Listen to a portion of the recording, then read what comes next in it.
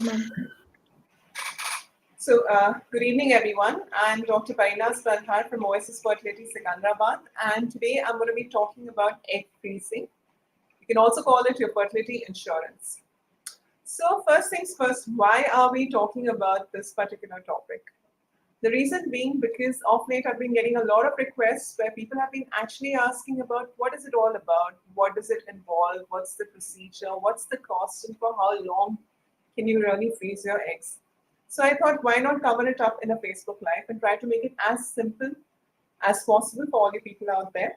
So egg freezing is something which has really picked up, gained a lot of interest, especially because you have all these multinational companies like Facebook and Apple who are actually offering to give it as an employee benefit to their workers as a part of their insurance coverage. And why is everyone talking about egg freezing? Because, as we are all aware, we as ladies are faced with this problem of declining fertility because of our declining egg reserve. So, somewhere our biological clock is always there on our heads, it's always troubling us, it's always governing all our major life decisions once we are in our 30s. And egg freezing seems like quite a boon for all of us who are very career oriented and who feel that we're not really at that point in our careers where we can afford to start a family, but we are very acutely aware of the fact that, if we don't do it now, it might be too late. So today I'll be talking and explaining to you all about egg freezing, what you need to know about it. So what is egg freezing? So according to the Canadian Fertility and Andrology Society, way back in 2014, they said it's an option for women who are wishing to preserve their fertility in the face of anticipated decline. And this anticipated decline is something that we are expecting post an age of about 38 years. That's the reason why this is typically offered to women who are under 38 years of age who want to preserve the option of having healthy, genetically related children at a later date. Well, if it's too late in your life, you always have the option of going for either a donor egg cycle where you can use someone else's egg in order to form your babies, or even the option of an adoption. But if you're someone who would actually like to have the chance of having your own genetically related child in the future, egg freezing is a great option for you. Now, why are we really concerned? Why are we all talking about the biological clock and the fact that you should be considering this option before you are 38 years of age? The reason being that, as you can see from this wonderful graph out here, the fertility of a woman sharply declines post the age of 38 years. In fact, right from about 35 to 37 years, there is a sharp decline in the fertility. Simultaneously, there is a sharp increase in the spontaneous abortion rate as well post this age. So, this all is mainly the result of one simple physiological fact that we as women are born with a fixed number of eggs. Unlike men, where they produce sperms every single day, in ladies, once we are born, we are done. We are born with a fixed reserve, and we don't produce eggs as such throughout our life. So, from that same pool of eggs which we are born with, you keep on losing a couple of eggs every month. As a result, by the time you are about 35, your eggs are 35, they have also reached that age. As a result, their quality declines slowly because you have been losing eggs from that fixed pool. The number also declines, leading to a sharp decline in your fertility post 35 years of age.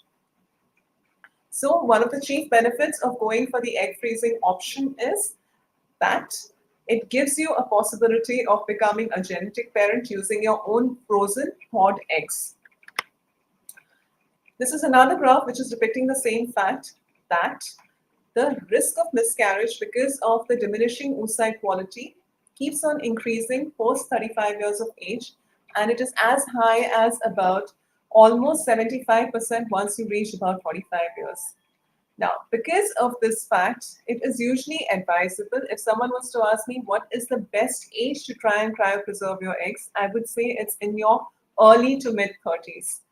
Somewhere between 32 to 37 years of age is the best time to consider egg freezing because post that age, your egg quality and number both would have suffered. So the best age to go for egg freezing is between about 32 to 37 years. Also, if you freeze your eggs at this particular age, it really reduces the risk of having children with chromosomal abnormalities.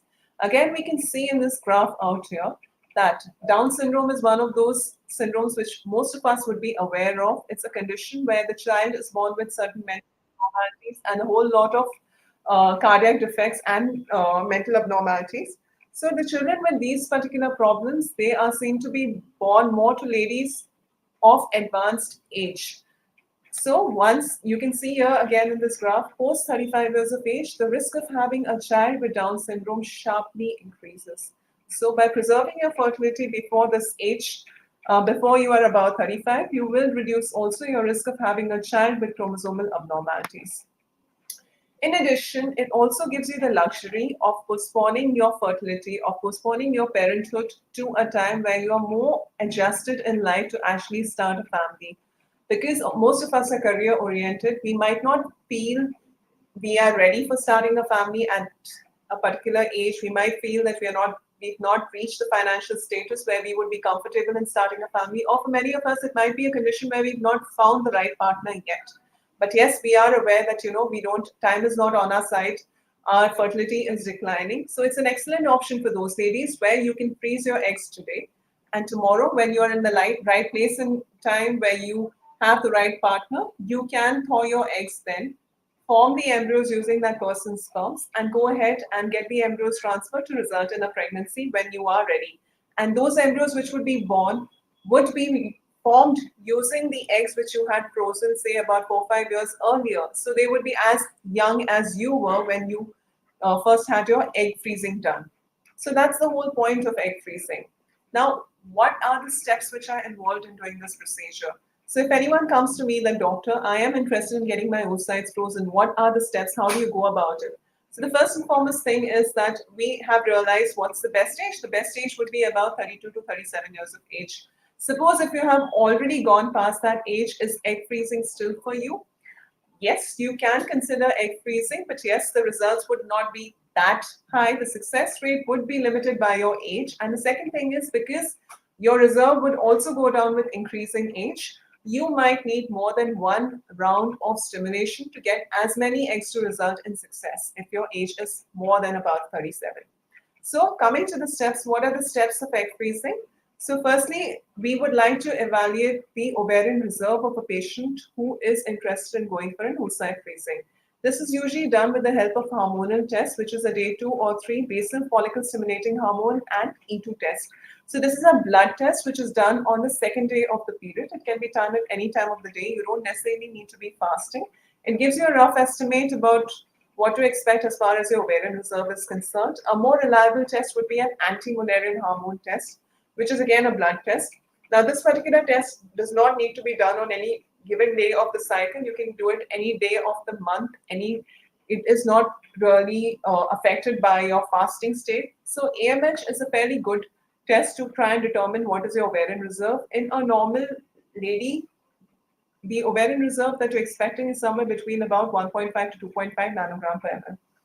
The next thing which you can do is a transvaginal ultrasound, which should ideally be done on the second or third day of the cycle, where you count how many antral follicles are there in the ovaries. The antral follicles are the small cystic spaces which are about 2 to 9 millimeters in size, and we do a sum total of how many antral follicles are there in both the ovaries. So a normal person would have somewhere between 10 to 15 antral follicle count. We would say that you have low reserve if your antral follicle count is less than 7. Sorry. So once we have determined your ovarian reserve, we would also be asking your history and finding out if you have any comorbidities or if you have any other conditions that we should be aware of. But roughly, once all this is done, we can go for the hormonal stimulation of the ovaries once your periods start. So hormonal stimulation preferably is usually started on day 2 or 3 of the menstrual cycle. So the patient would be advised to come to report to the clinic once their periods start. That's on day 1 of their cycle. And from the second or third day of the period, the patient would be required to take daily injections, say roughly for about 10 to 12 days, depending on your response. These injections can even be taken by the patient themselves if they are comfortable. They're usually taken on their abdomen or on their thigh. They are gonadotropin injections and they are slightly painful, not much. You don't need to take leave from office or from work for them. It's just a timed injection usually which needs to be taken at a particular time of the day, and you can continue with your daily activities thereafter. Once you're done with about 12 to 13 days of injections, you would be called in between to get your scans done to monitor the growth of the follicles. And once the follicles are about 18 to 20 millimeters in size, then you will be given an injection which is called as a trigger injection in order to cause the maturation of the eggs.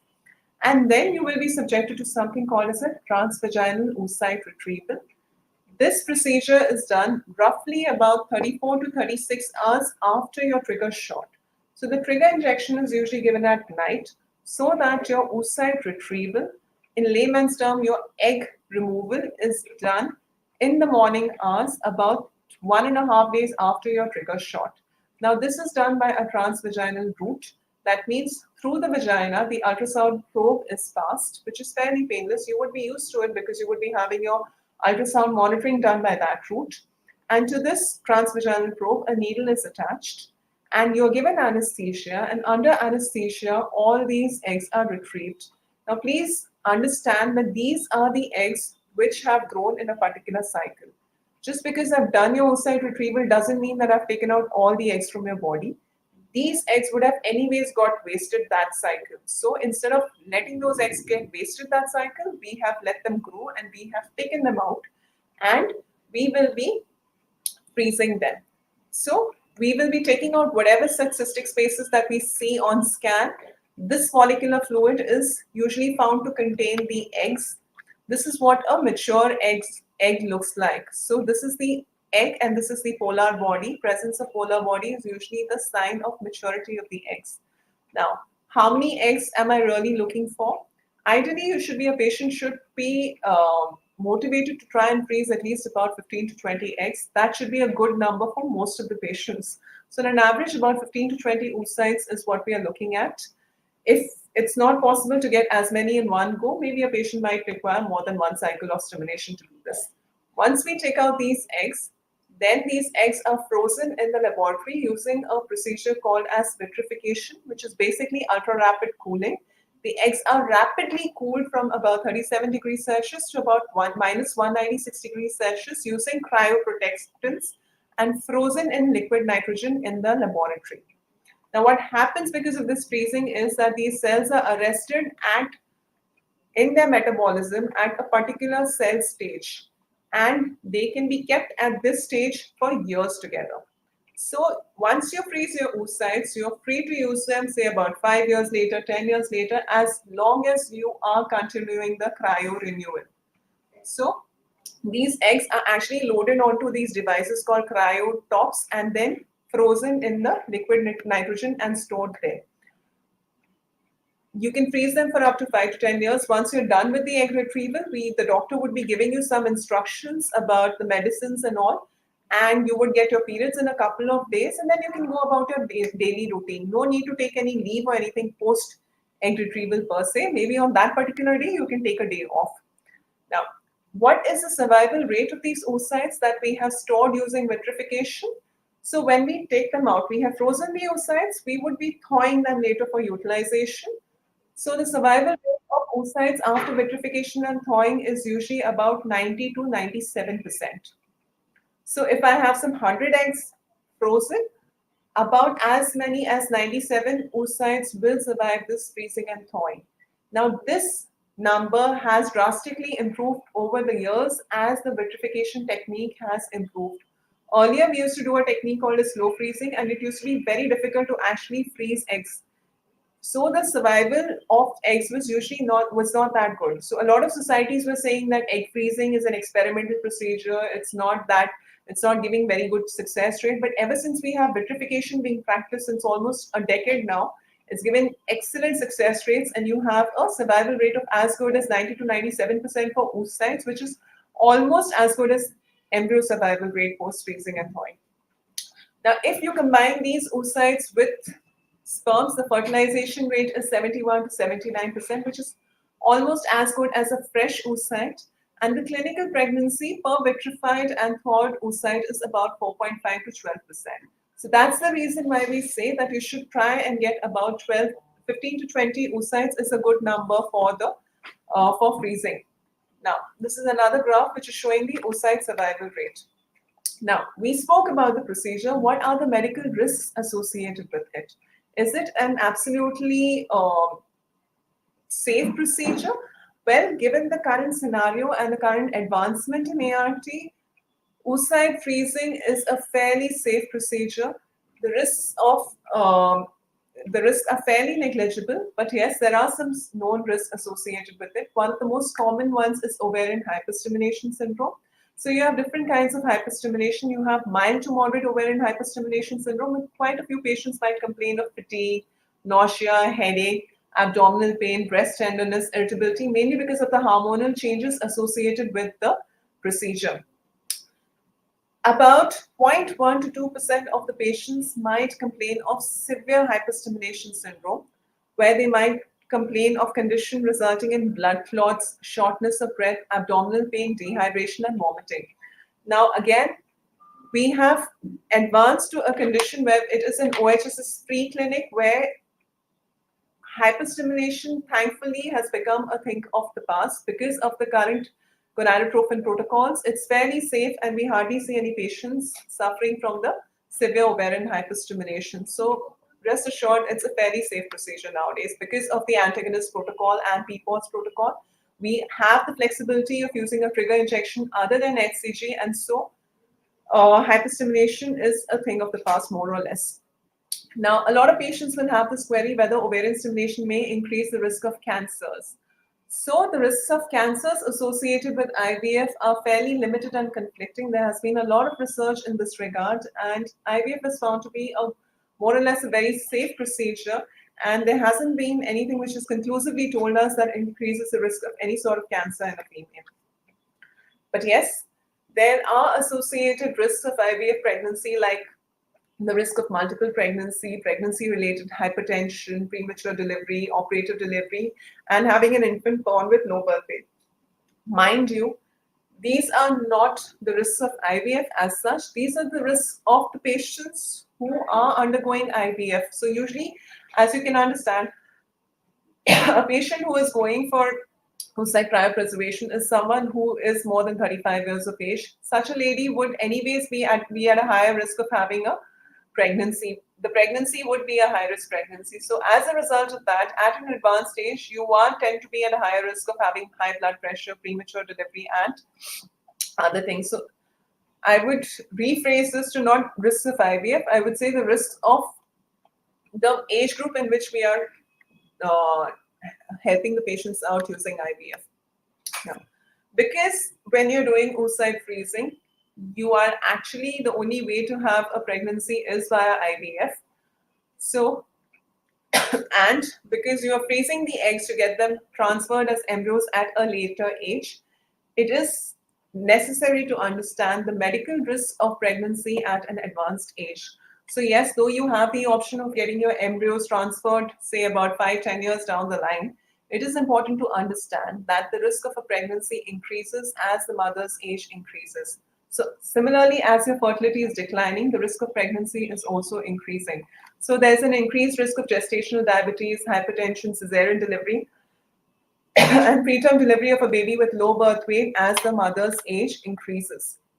So, however, these risks vary widely depending on the woman's health status and increase with maternal age at delivery. Now, another important question which a lot of patients would want to know is that what are the financial costs of social egg freezing? So, social egg freezing, if you were supposed to look at any of the Western countries, it would cost you somewhere about $25,000, $15,000. But in India, you can expect it to cost you around somewhere between about 1.5 lakhs to about 2.5 lakhs. It depends upon the kind of stimulation you undergo, the kind of drugs that you go for, but on an average, it would be about 2 to 2.5 lakhs. The procedure would mainly, it's not just about the cost of the egg freezing and the retrieval, it's also about the cost of renewing the cryopreservation, because once you freeze the eggs, you need to renew it every year. So that would roughly be about, on an average, say about 20 to 25,000 rupees per year. So it also depends, the cost also would depend on for how many eggs are you freezing and for how long are you freezing them. So, but on an average, it would be about 2 to 2.5 lakhs. But since it gives you so much of mental relief that yes, you have frozen, you have in a way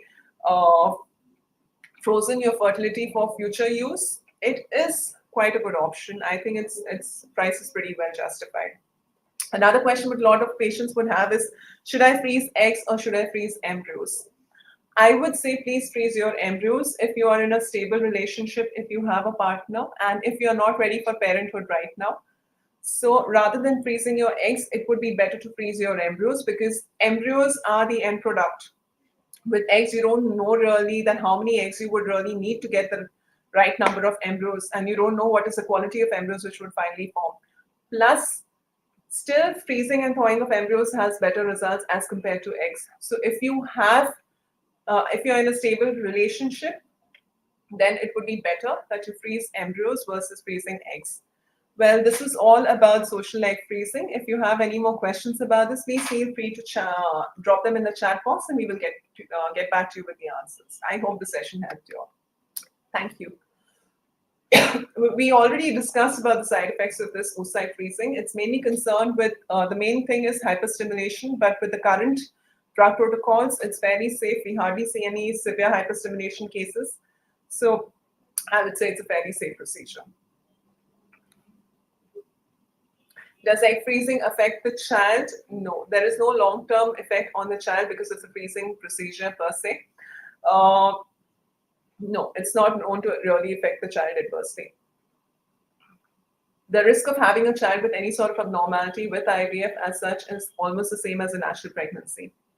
How many eggs are frozen per cycle would actually depend upon how many eggs were retrieved.